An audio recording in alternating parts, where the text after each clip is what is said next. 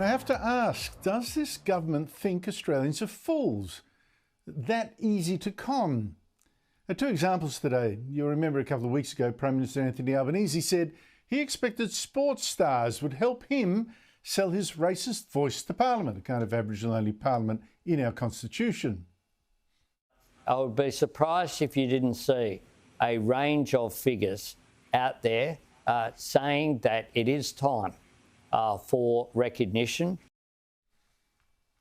No, he wouldn't be surprised at all, because Albanese already had 7 of our largest sporting codes, including the AFL, agree to back his voice later this year.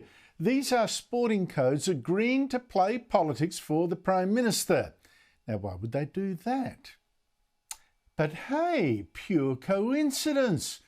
Look now at this. Albanese agreed to reward the AFL, or should I say just hand over $250 million, to build a new stadium in Hobart, just so that AFL, that supports the voice, can field a new team in Tasmania. What a wonderfully generous gift from Albanese to a mega-rich sporting code. A gift of your money, $240 million during a cost of living crisis. Now, I'm sure it's a coincidence, of course. It's not a cash for comment. What do you take these guys for? This is not big government and big sport getting together to make cosy deals with your money and all to con you into backing Labor's racist plans to divide us. Of course not. But it is weird, isn't it?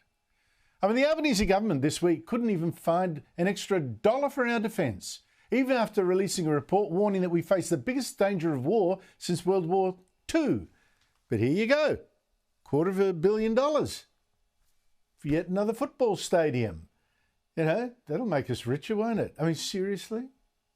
Here's the Prime Minister yesterday trying to explain why a government that's broke, facing $1 trillion debt, still had cash for this. In order to improve economic activity in Tasmania, in order to create jobs, both during construction but also in the longer term, by having a centre that can bring jobs and events to Tasmania, then that would be a positive. We must be the only country in the world that has a government that thinks you can be much more productive if you build a stadium so people can go and watch footy, another stadium. Now, the second example today of you being treated as mugs. Big announcement today. The Albanese government is going to fix our immigration mess. What we need to do is to be less reliant upon temporary labour and to give people that permanent pathway to being secure, to making a contribution here in Australia. The truth is that the migration system that we inherited was broken. But you already know it's a broken system, don't you? I mean, you see it and you live it. We've got a tidal wave of people coming in, 400,000 just last year, 1 year, population of Canberra, and we've got everything you expect with that insane level of immigration. We've got a housing shortage, soaring rents, if you can find somewhere to rent. We've got crowded cities, we've got urban sprawl, infrastructure stressed, problems with integration even, and apparently this government's now going to fix that, right? Wrong. Home Affairs Minister Clare O'Neil said today that was the one thing, immigration levels was the one thing she wasn't even going to discuss. You're Immigration Minister, so you've obviously got some idea of the total number that we're talking about. You've said you want quality. Does that mean, as Kevin Rudd might have said, we want 50 million quality, intelligent people in Australia? 40 million? 30 million? Mm-hmm. What sort of number do you think Australia can cope with overall? Mm-hmm.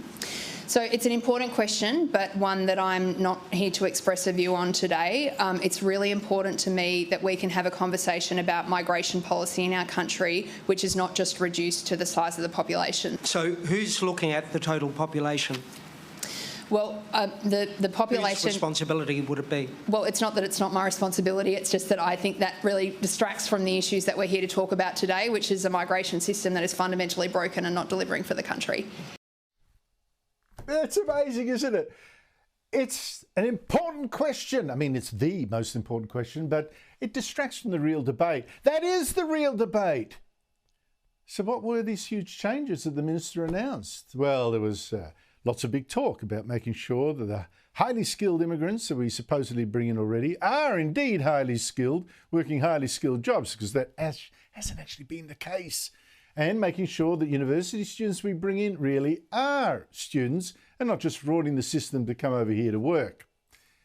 Now, fine, I've long said that needed tightening up, but I'll believe it when I see it. So it's going to be a big and important project, thinking about lifting standards for international students, how we can ensure that students who are here to study are actually here to study, and making sure that we think about the pieces of the puzzle that are facilitating exploitation.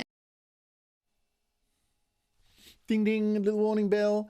There was a lot of that talk actually about how the government really wanted to stop the exploitation of foreign workers. Now that's really the big worry of Australia today. You know, foreign workers coming here, they're being exploited. In fact, that's really code for pleasing the unions by stopping foreign workers from coming here to work the same jobs for less. That's why the ACTU was today cheering. But in her speech today, O'Neil gave the game away. This immigration scheme really is and really will stay a Ponzi scheme. She said her reforms, this tightening up, is going to give us more skilled migrants and probably cut our immigration level slightly, she claimed. But then made crystal clear we're actually going to import a whole new servant class for years to come, especially to feed our elderly and wipe their bottoms. Our ageing population will demand more workers in health and aged care than our domestic population will be able to provide. As I say, a Ponzi scheme. We've got to keep importing more workers because we're getting older. Then we have to import more workers because the last lot got older too. And it goes on and on and on until the population is what? 40 million, 50 million, 100 million, high rises from Brisbane to Sydney. I don't know. And that today was a big question that the Home Affairs Minister would not answer because the truth would shock you.